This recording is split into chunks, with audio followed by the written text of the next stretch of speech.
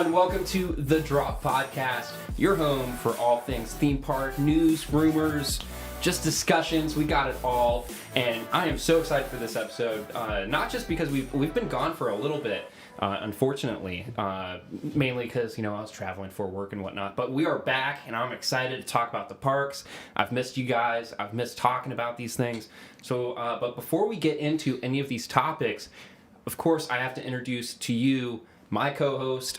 We couldn't do it without him, and that is Mr. Sean Sposato. How are you doing? Hello, how are you doing? I'm doing great. Thanks for asking. I'm sorry, I answered that question with a question. You answered. Well, so how are you actually I know. doing? I am good. Thank you so good. much. That's all I need to hear. Thank you very much. Thank you. Yeah, so just a little preview of what we've got going on later on in the show, just to let you know, because I sprung it on you last minute. At the end of the show, we are going to be talking about Festival of Fantasy. Oh, snap. And so I am hyped to hear your thoughts and opinions. By the way, guys, if you haven't seen the latest vlog that we dropped, we did post a vlog where it was the whole drop crew.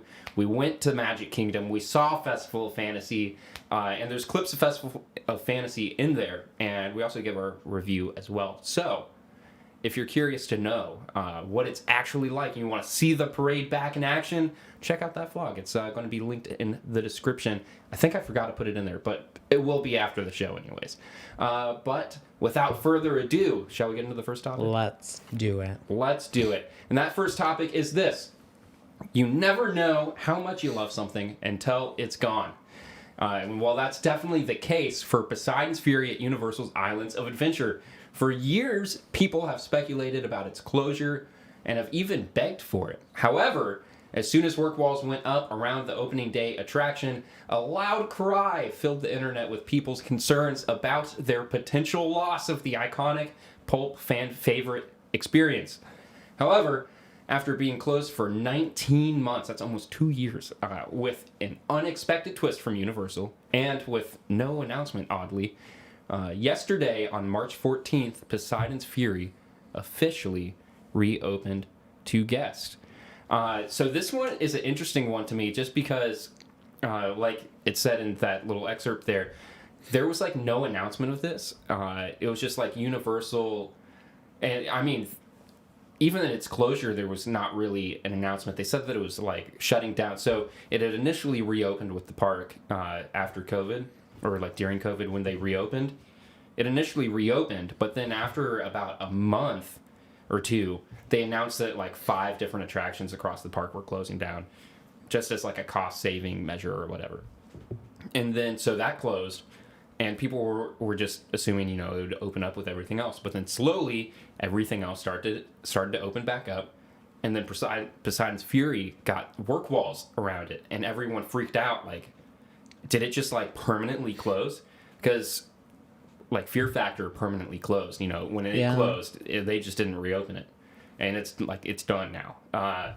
And so people were speculating, is it closed? Are they doing a refurbishment or whatever? Universal said nothing.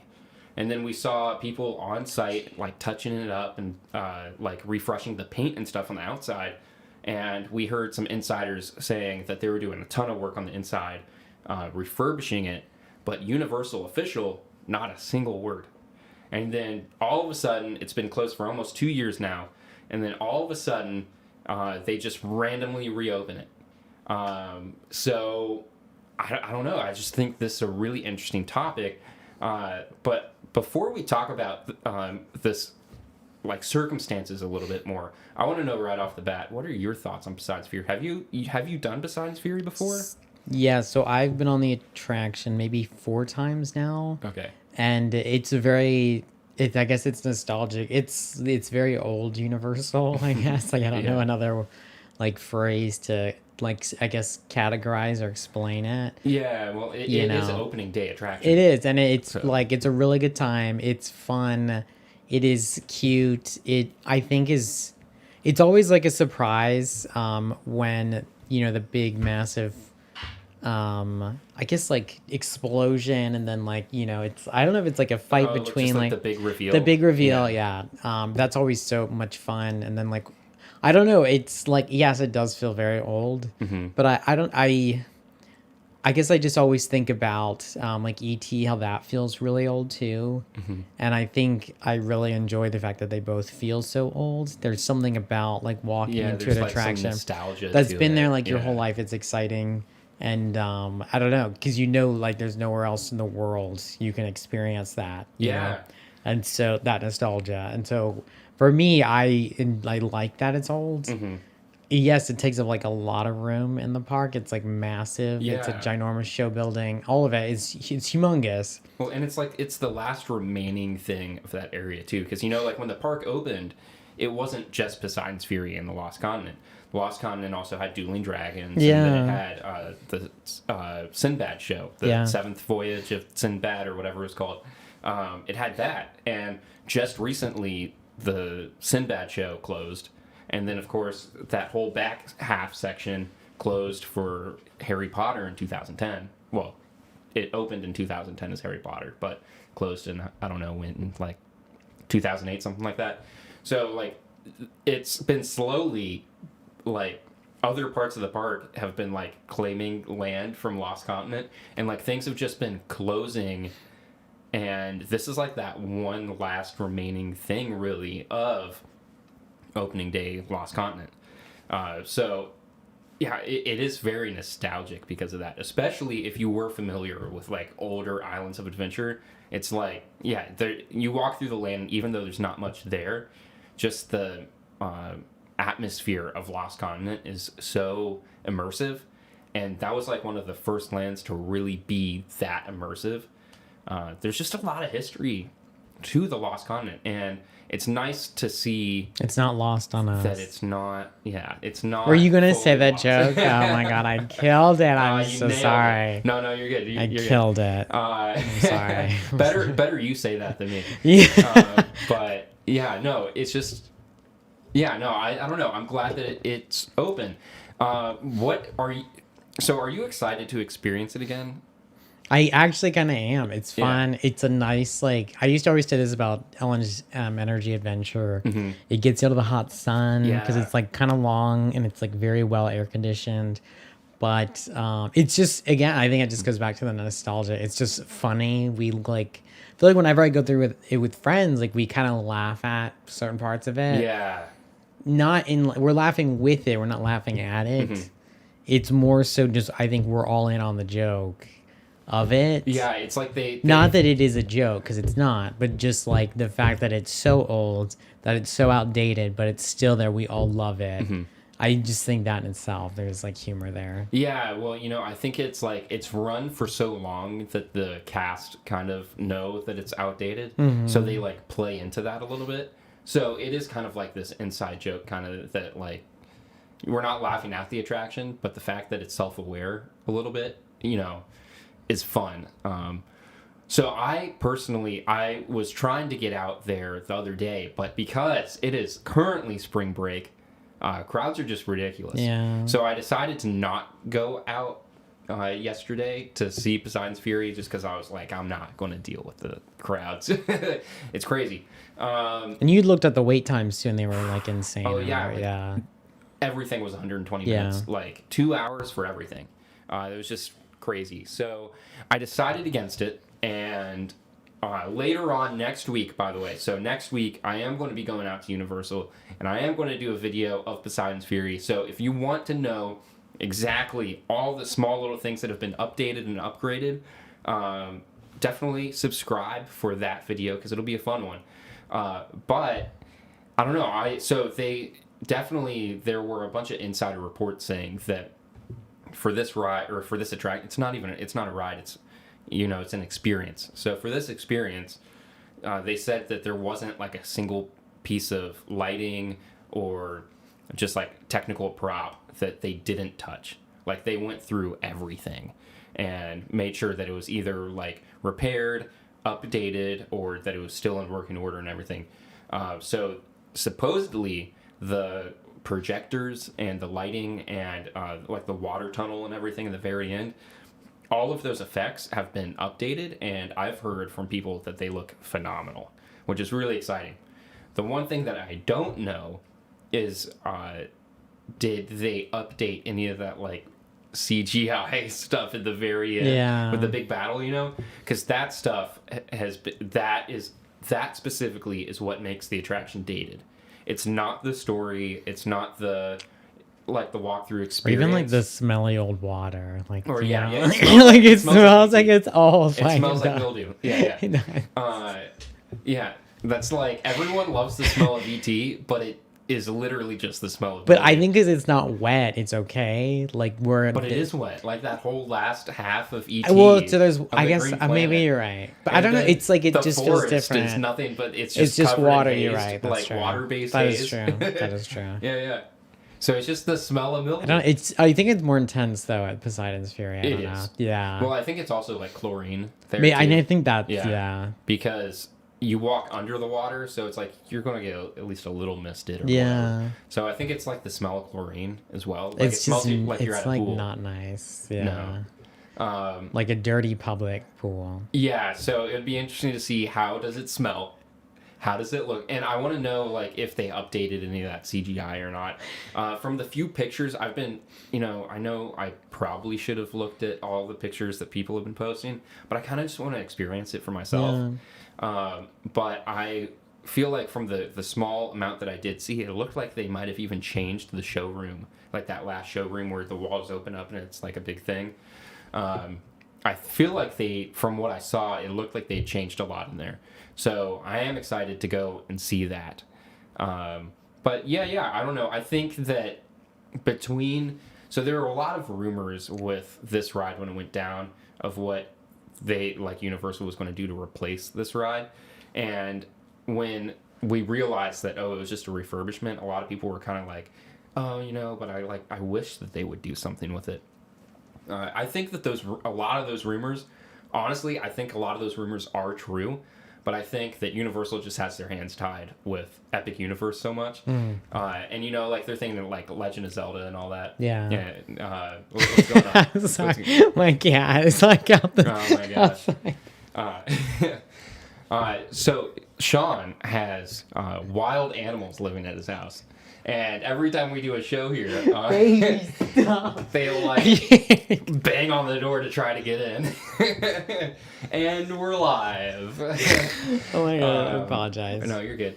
But no, I think like Legend of Zelda was one of like the really big rumors that was going around, and with it being like loosely tied to like Nintendo, it's like an older school video game property. I think that they're going to like build Super Nintendo in Orlando, wait for it to open, see how it performs. If it performs well, then they'll consider doing Lost Continent. So I think that the reason why we got the refurbishment and the touch-up is because they knew that it's going to be a few years before they really like do anything with the area. But yeah, I don't know. Like I'm just really excited to see it. That area of the park, really needs something. And the last 2 years, like there's been nothing to do in Lost Continent except for like buy food and merchandise and whatever. Yeah, and then I think they've got the fortune teller over there, do they not? Or it's a palm reader? Well, yeah, so they do like a whole bunch of like street market stuff like that. Yeah, and then you can get like gyros over there. Yeah, whatever, they sell jewelry, and then they just opened the All Hallows Eve boutique, which changes with the season. So like during Mardi Gras, they make it Mardi Gras themed. Yeah, but it's still like the Halloween spooky kind of vibe, which I really like. I think that's a lot of fun. But there's been no attraction. No, and it like lacks overall theming for sure. Yeah, just because it's like, okay, this is kind of like Middle Eastern, like old Middle Eastern market from like a few centuries ago. Yeah. But like, what's the actual point? Like, what's the theme? What's the, and without Poseidon's Fury and without dueling dragons and without all the other stuff that was there originally, it's kind of empty. But now that it's open, like Poseidon's Fury is open, it at least gives you something to do there. Like the last 2 years, you've just been forced to walk through, to cut through. It's like just been a cut through. Yeah. You either go to Velocicoaster, which is on your left, or you go straight to Harry Potter. And that's like the only things you really can do. But now you have Poseidon's Fury. So I'm excited about that. No, I'm Yeah. I'm excited to just go back on it. It's been quite a while. Yeah. Yeah. It had been a little while, like when they shut it down, it had already been a little while since I've been on it. It's been like a year or two since before they shut it down. Yeah. So it's been like 4 years now since I've seen it. So I'm excited to do it. But anyways, guys, Poseidon's Fury has finally reopened amongst all the speculation, all the drama, all the rumors. It's finally reopened without any announcement from Universal. What do you guys think? Have you done it since it reopened? Are you looking forward to it? Do you wish that they had done something else and like just completely rethemed it? What do you guys think about Poseidon's Fury reopening? Let us know down in the comments below. But let's move on to the next topic now. And that next topic is going to be this. The construction of Tron Lightcycle Run might be more of a roller coaster than the actual ride itself. However, according to Imagineer Gerald Kaplan, Tron is now getting ready to begin testing its high-speed launch. In a video released by Disney Parks, Gerald and his crew take us through the Tron worksite and talk about the different phases of construction. In this video, they show dummies being loaded onto the light cycles in preparation for testing, for the testing of its launches that will begin any day now. So honestly, I'm really excited about this for a few reasons. One, because just honestly, like it feels like we've been covering the Tron construction since like I was born. Like my whole life has been nothing but Tron construction, you know? True. Like for real, I think so they announced it in 2019 or something, and it's supposed to be opening later this year or the beginning of the next year. So that's like a 5-year thing, or 2017 even, 2019. Well, that was D23 2019. I think it was 2019. Unless it was 2017, I don't remember 100%. I'm pretty sure it was 2019. Yeah. But either way, it's been forever. It's been a long time. Like it's taken them longer to build this version of Tron than it did for them to build the original version of Tron. And that's largely in part due to the pandemic and everything being shut down. But it's been a very controversial topic, especially with like SeaWorld, Busch Gardens, Universal, all of them opening brand new roller coasters, that all of these coasters started construction after Tron. You know, and one of the coasters, Velocicoaster, is a very highly themed coaster. So it's not like, oh, well, they just built a coaster where Tron's built, or like, or Disney is building a coaster with all the theming and everything. Like Velocicoaster is a very heavily themed coaster too.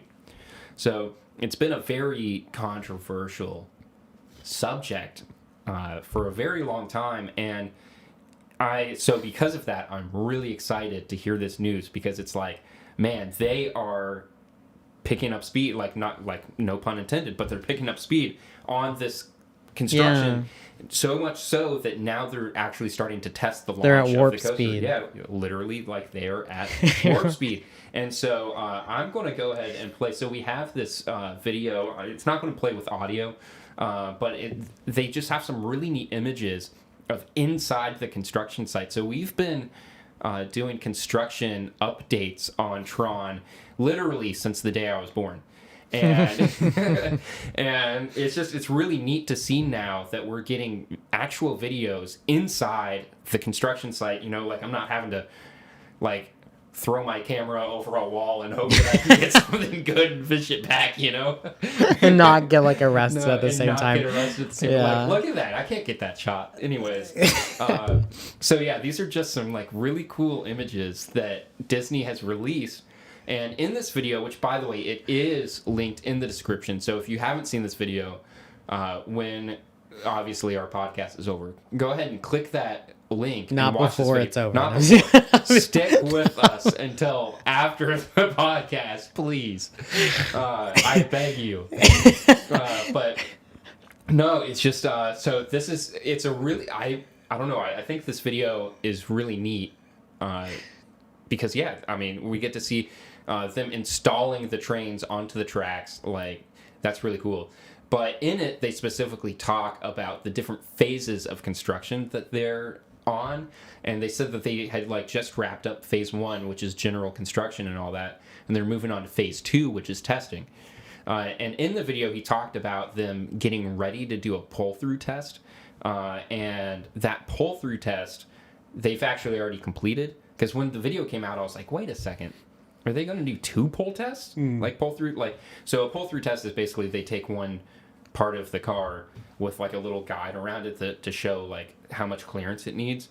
And then they'll like slowly winch it through the whole track just to make sure that all the theming and all the elements and all that and all the supports exist in a space that is outside the minimum distance for safety.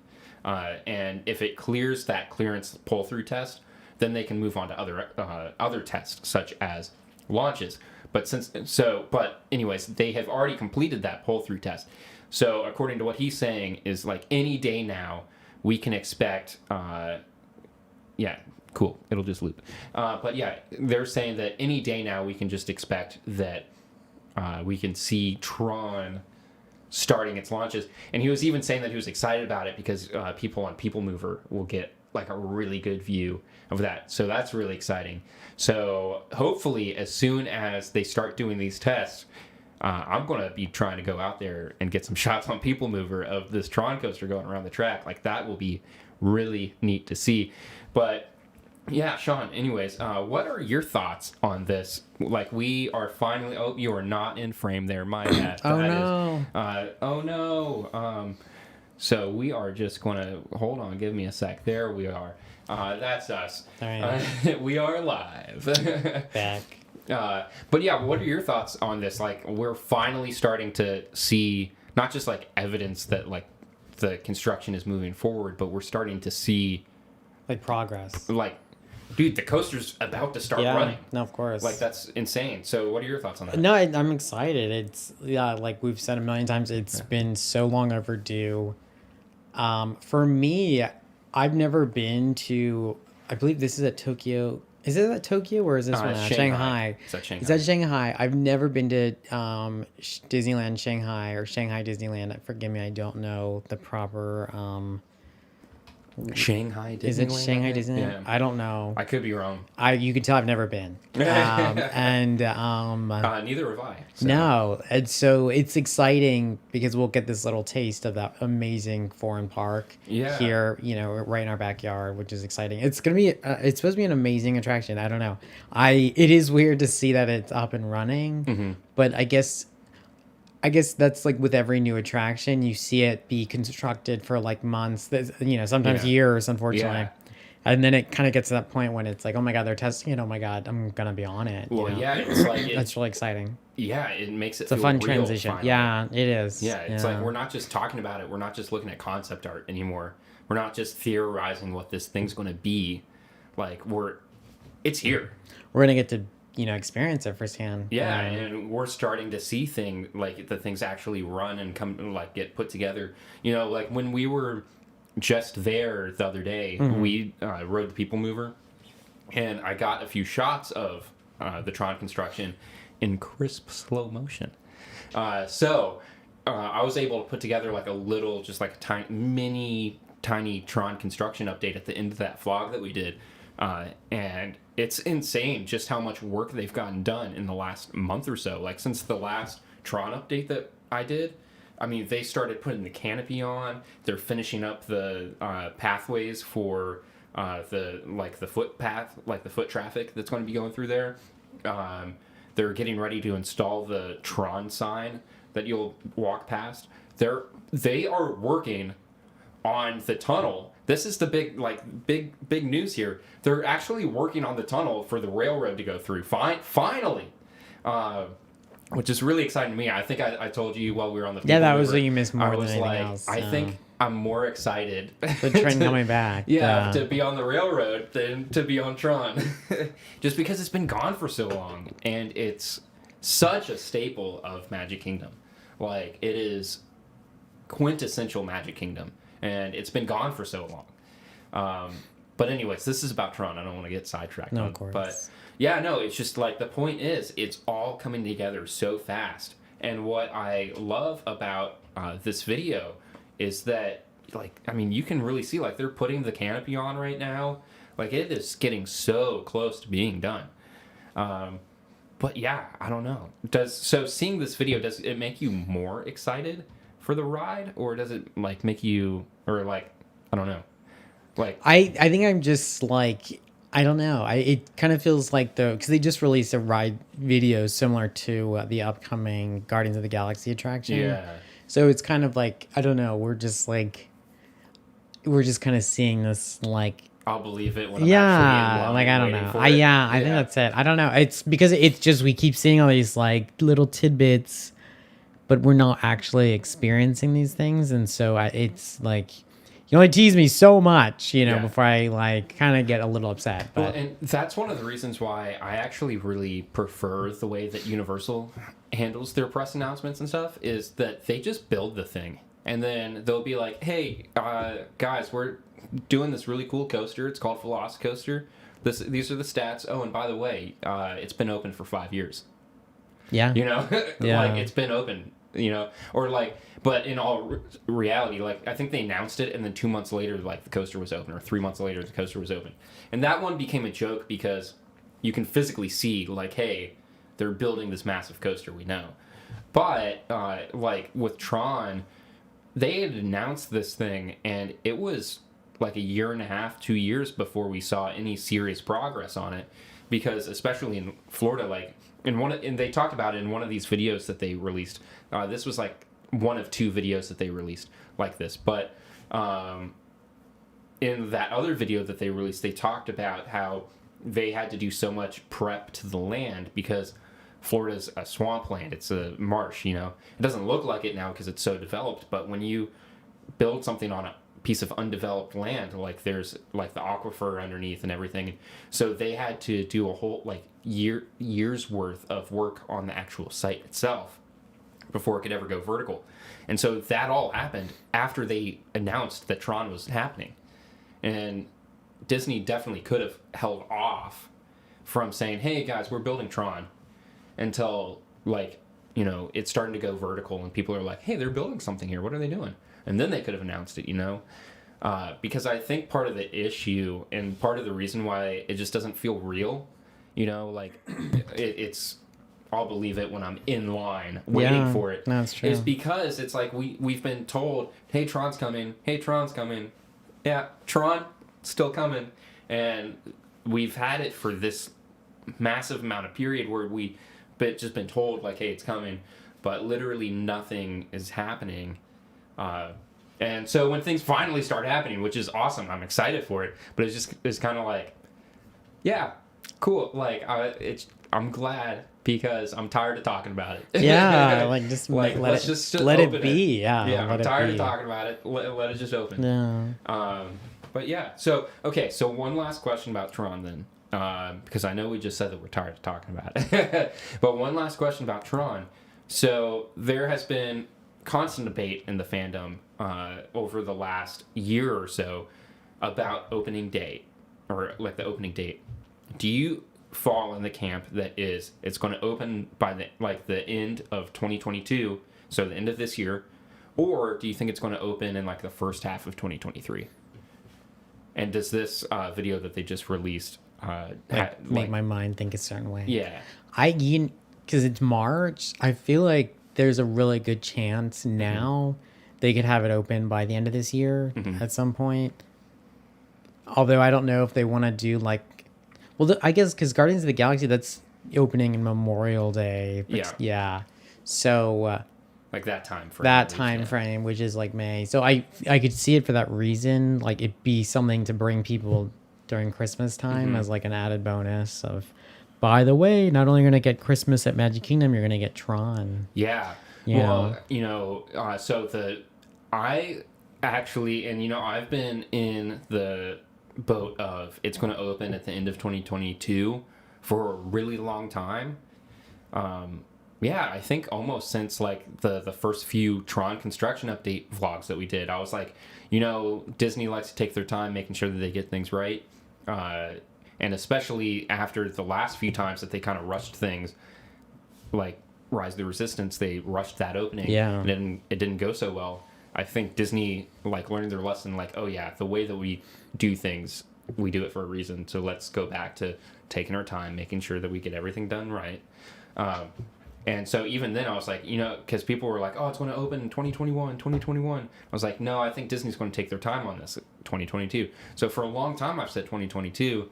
And lately I've been like, ooh, I don't know. Maybe it is 2023.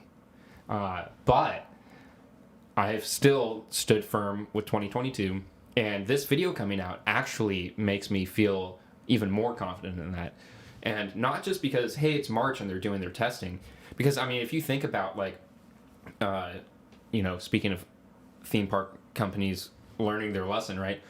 Universal rushed Hagrid's, and the opening of Hagrid's didn't go so well. And there were a lot of technical issues. So that next coaster, Velocicoaster, Universal really took their time, and they really did their testing, and it had a really smooth opening. It has experienced very little downtime because they did so much testing on it.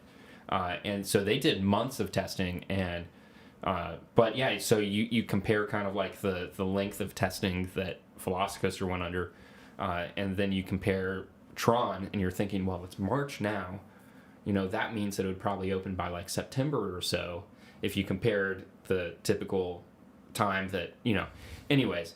But the real reason why I believe that it's going to open this year is because traditionally in the past, Disney has loved the idea of doing something big to boost their numbers on fiscal year, like the next fiscal year, like the first day of the next fiscal year, which for Disney is October 1st. So as soon as October 1st hits, October 1st, 2022, even though it's 2022 for us, Disney sees that as 2023 for them. It's the first day of their next fiscal year. And if you think back to last year, what did they do?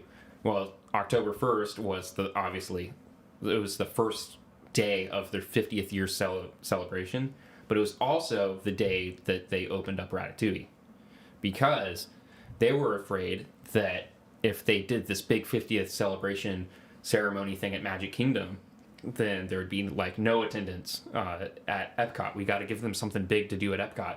So they launched Ratatouille. And then I don't remember if it was the same day, but it was like in that same time period, they also introduced the new nighttime shows. They opened up Harmonious. They opened up Enchantment. And so I think that for that same reason, I think it's not out of the question to have them open up Tron in October, like October 1st area, especially because Guardians is opening up in May-ish, or like I believe actually May. Yeah, right? I believe so. Yeah. Yeah, so it's opening up in May. That's going to boost their numbers big time. It's a big Marvel. It's the first big Marvel property at Walt Disney World. It's going to bring in a lot of people, but they don't want to go into that next year without big numbers as well.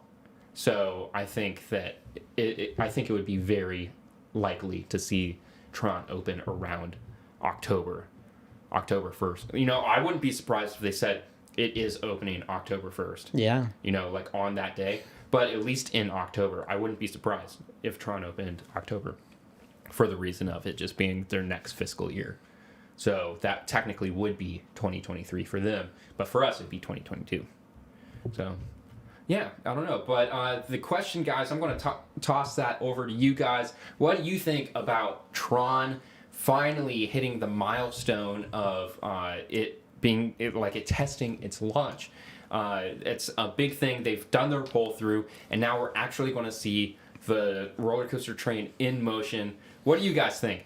Let me know down below, and also let me know when do you guys think that Tron is going to open?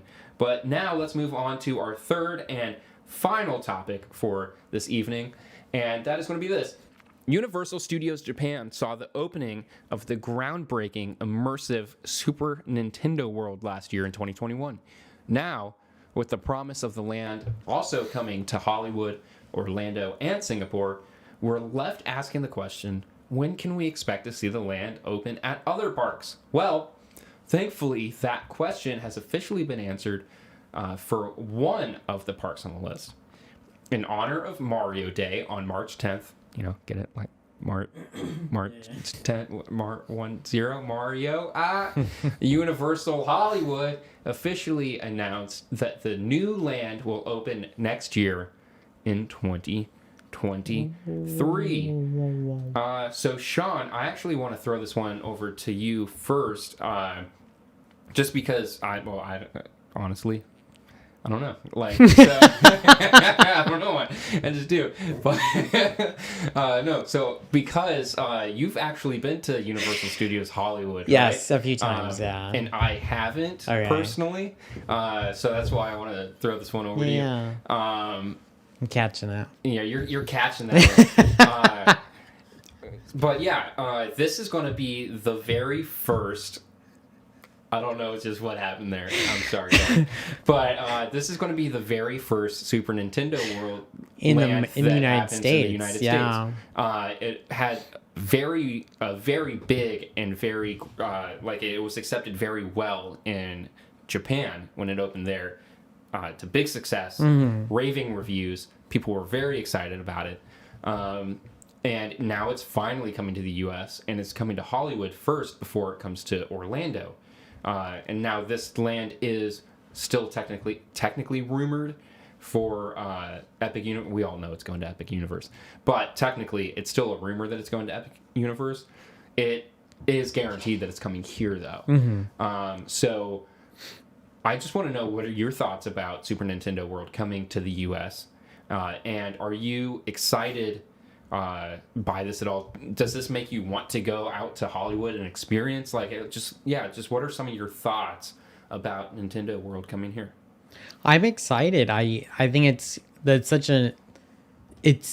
in the States, I guess. Like, I don't really know of many video game based properties for theme park attractions. Yeah. Do you know of any? I personally don't. I've never seen a video game turned into a theme park land. Yeah, so I'm not too familiar with the topic. Yeah. But I believe there is a land somewhere in one of the Dubai theme parks. Across the world. Yeah. Definitely not in the U.S. I guess I've just never traveled to anything based on video games. And so that's why it's really wild that they're going to be able to do this. It's not like a movie, a TV show, it's literally a video game that's focused. And it's an iconic video game that's been around for a bazillion years. Yeah, for sure. It is so interesting that it has taken this long for video games to make it to theme parks, because I feel like video games almost lend itself better because they're experiences that are catered towards you having a role in the game, in that world. Just like theme parks. Theme parks are experiences where it's supposed to be you have a role in this experience. So yeah, that's an interesting thought. But I do believe there are some properties. I need to research. That would be a good idea for a video or something. Just talking about other theme park or other video game properties in a theme park. But I believe there are some in Dubai. I could be wrong. I just know here in the States, I've never heard of anything, and so I'm really excited for that reason. And I the last time I was out in Hollywood was August, and we did we saw from a distance the construction and some of the wall, the theme walls and everything, and it looks really cool. I've not seen any video or pictures of the foreign parks of what it looks like across the world. So this will be whenever I make it back to Universal Hollywood, I guess will be the time I get to see it, which is exciting. Well, it's crazy. The in Universal Studios Japan, if you look at a photo of so they released some photos of the land that they took before it opened, so it's there's no people in it or whatever. If you look at that versus the concept art, you literally would not be able to tell the difference. Normally concept art, it's very CGI. Yeah, it's CGI. It's cartoony, or it's or it's just larger than life. It's made to look super pretty because it's marketing. It's the concept art is made to sell the executives hey, this is what this could look like, and the executives be oh dang, that looks really cool, let's do it, you know.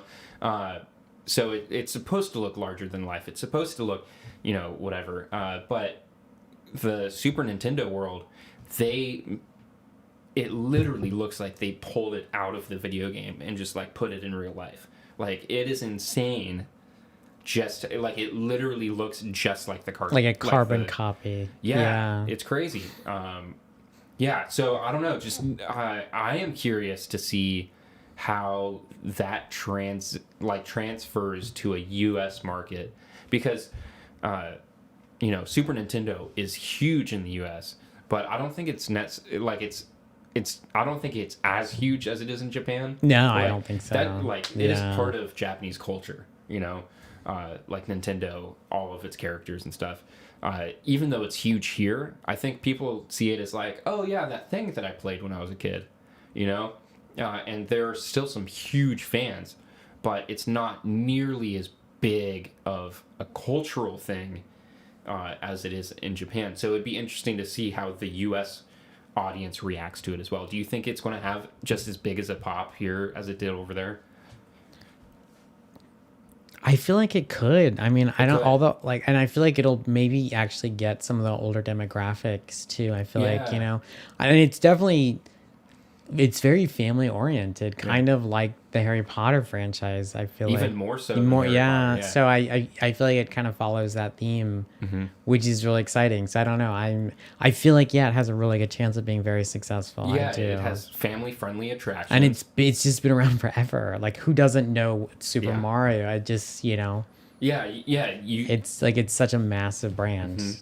Yeah, it's a IP. This is what's so genius about Universal doing this, is that Harry Potter was a brilliant thing because it was such a big IP at the time. It was like one of the biggest IPs to ever exist, really. And so that was such a brilliant move for Universal and definitely paid off. But Harry Potter was definitely untested in terms of time. Like, it didn't have the amount of time to see if it stood up to the test of time, you know? Like, it was still a new franchise, and we didn't really know if Harry Potter was going to have legs or not. And I remember that being because it was, what, like 11 or 12 years from the first film. Yeah. Because it was 2010. The first movie was 2001, so 1999. It wasn't even a decade. No. Old. And the franchise was still, like, the movies were still coming out. Like, they were still making more Harry Potter movies. So, like, the franchise wasn't over yet either.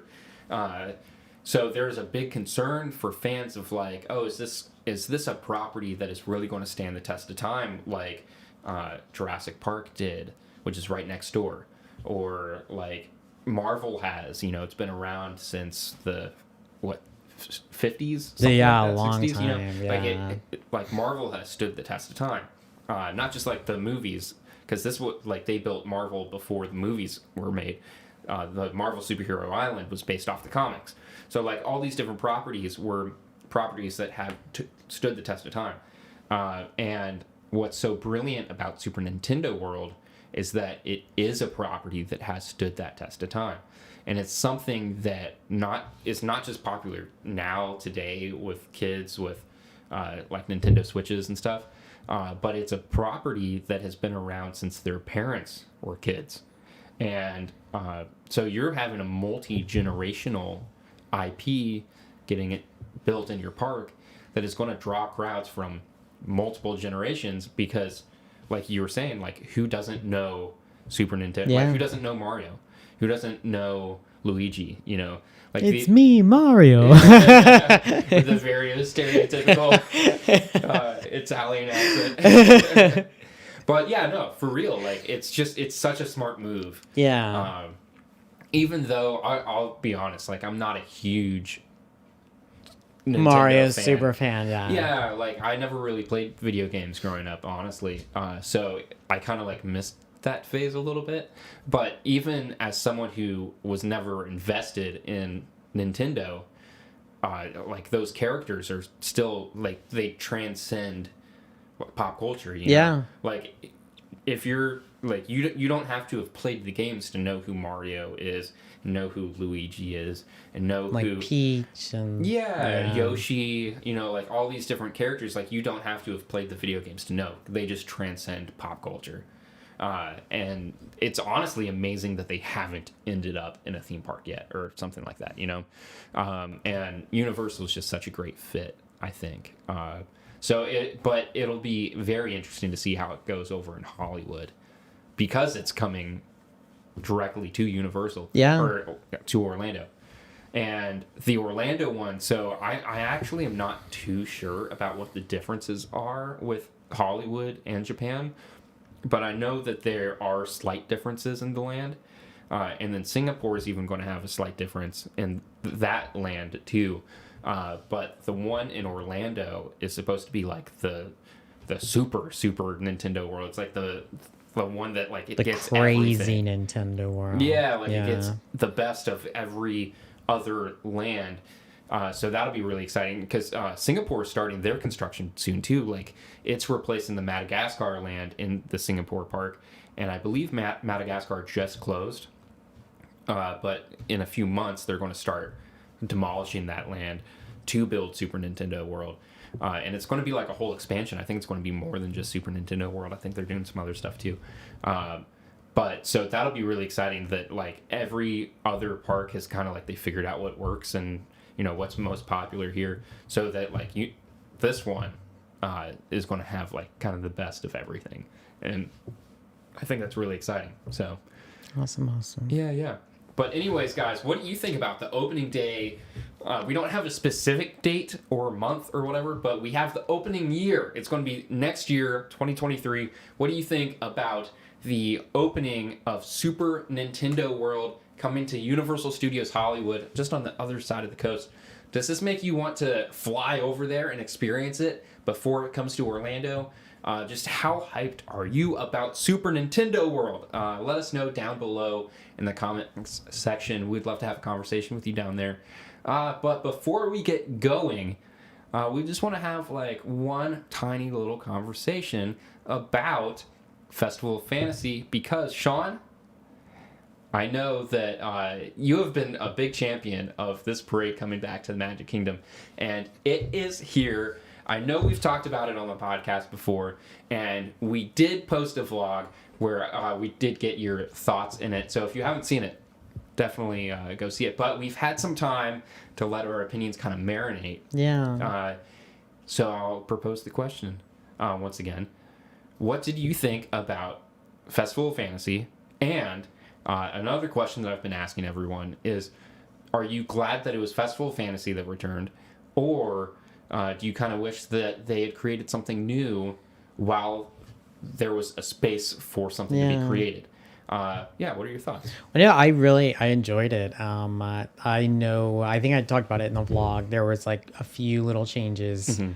Another change that was actually pointed out to me by another friend of mine who works in the industry was, I guess they did shorten the duration of it. It did seem shorter. And they, I guess, eliminated a various amount of like actual people from it, which I didn't even realize. Like the dancers that are on the street. And so like, which like kind of course assisted in like, shortening the duration of it and everything else. And so I don't know, like that is a little unfortunate, and that makes me sad, because I mean, it's just a fun, amazing parade that incorporates like I feel like so much of the Walt Disney properties in such an incredible way, and it's really just I know it was time for changes. I know it was time for the new outfits, like the little adjustments, and times have obviously changed dramatically since pre-COVID. But yeah, I don't know. It was exciting to see it again. I don't think I would have wanted anything else in its place. Yeah. So no, I'm still very happy that it came back. I am. Yeah. Well, I'm actually okay with some of the changes, like them shortening it a bit, just because we've like the cavalcades are still a thing. Like they still have cavalcades going through the park. So you have these tiny mini parades going through every now and then. I don't know the time interval specifically, but just randomly throughout the day, you'll see these small, tiny cavalcades go through. So to have those and the parade, like I'm okay with them having shortened it a little bit, just because we have so much other stuff now. Like we have that, and then we also have the Mickey and Friends show, or whatever it's called. The show that they do at the castle stage. They have that show, and then they have the cavalcades and the parade. It's a lot going on, which is great because it always gives you an option of experiencing something new throughout the park that is not like it doesn't require you waiting in a line or something. So I am just I'm excited that it's back. One of the things that you said in the vlog that I never really thought of until you said it, but I think it explains why I'm so happy that Festival of Fantasy came back. Because I would, personally, I would have been okay if they said, hey, we're bringing a parade, but it's like a new thing. I would have been okay with that. But I think the reason why I'm so excited and so happy that they brought back Festival of Fantasy specifically was because you said in the vlog that, we've gotten so much new stuff already, Magic Kingdom, Disney has been almost ruthless with ripping things out of the park and replacing them with something new. And those new things always, regardless of their quality, they're always going to bring drama. And there are always going to be people that, I wish that they didn't get rid of this, and I like the old thing better. And, it happened with Wishes going into Happily Ever After. And at the end of Happily Ever After, people loved that show, but originally they hated it, well, not everyone, but there was a big outcry of people but it's not Wishes. And those same people at the end, when Happily Ever After left, were like, oh man, I love Happily After so much. And it's just the way that, Disney has such passionate fans about the parks and their experiences that, we have seen so many changes lately. With Enchantment and with Harmonious and just the list can go on. That's just in terms of street entertainment, they've done so much to change the experience.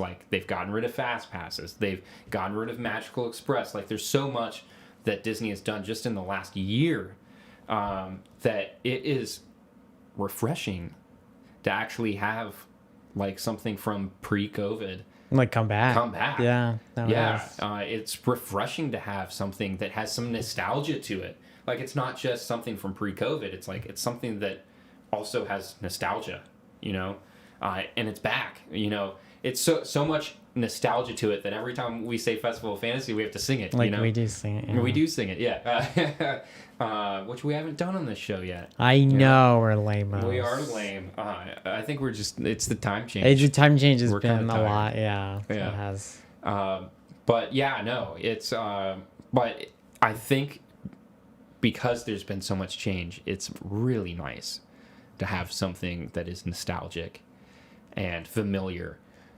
They definitely could have done something new and different.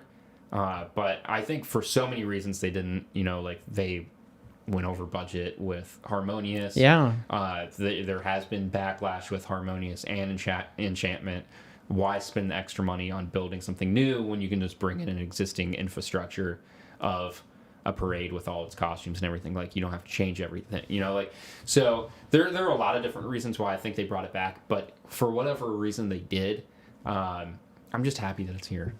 No, so I think I think that the future of street entertainment for specifically Magic Kingdom, but all the parks, is looking really bright. That's the one area now that the parade is back, and now that they've introduced this new cavalcade, and now that they've brought back the stage show and everything, that's one of the few areas of the Magic Kingdom that I look at and I'm that is really exciting. I'm excited about it. I think that oh yeah, that looks really strong now, and I'm glad that it is the way that it is now, because just a few months ago I was looking at that same area of the park, the same live street entertainment, and I was very negative about it, and I felt very like I was very upset about how little Disney was doing about it. And now, just a few months later, we have it back. Complete 180. Like them doing just what they did in the last month or so makes me feel very happy and excited about the future of street entertainment for Disney. Yeah. Yeah. Is there anything else you'd like to? No, I'm just happy it's back. Yeah, for sure. Well, so what do you guys think about Festival Fantasy? I mean, have you seen the new Cavalcade? Have you seen the stage show? Any of that? Let us know down below. But yeah, I think that's going to be it for this podcast. Sean, where can people find you on social media? They can find me on Instagram at Sean Sposato. Awesome. And of course, you can find me on pretty much any social media at John Holt 96. Of course, we have got this podcast. We've got our YouTube channel that you're watching right now. We post vlogs, these episodes, a whole bunch of different theme park related stuff. So if you enjoyed the parks, definitely be sure to subscribe for more content just like this. Hit that bell to be notified when we do post it. But until next time, guys, thank you so much for watching or listening. If you're listening to the audio version of this podcast, thank you so much. And we will see you next time on the Drop Podcast.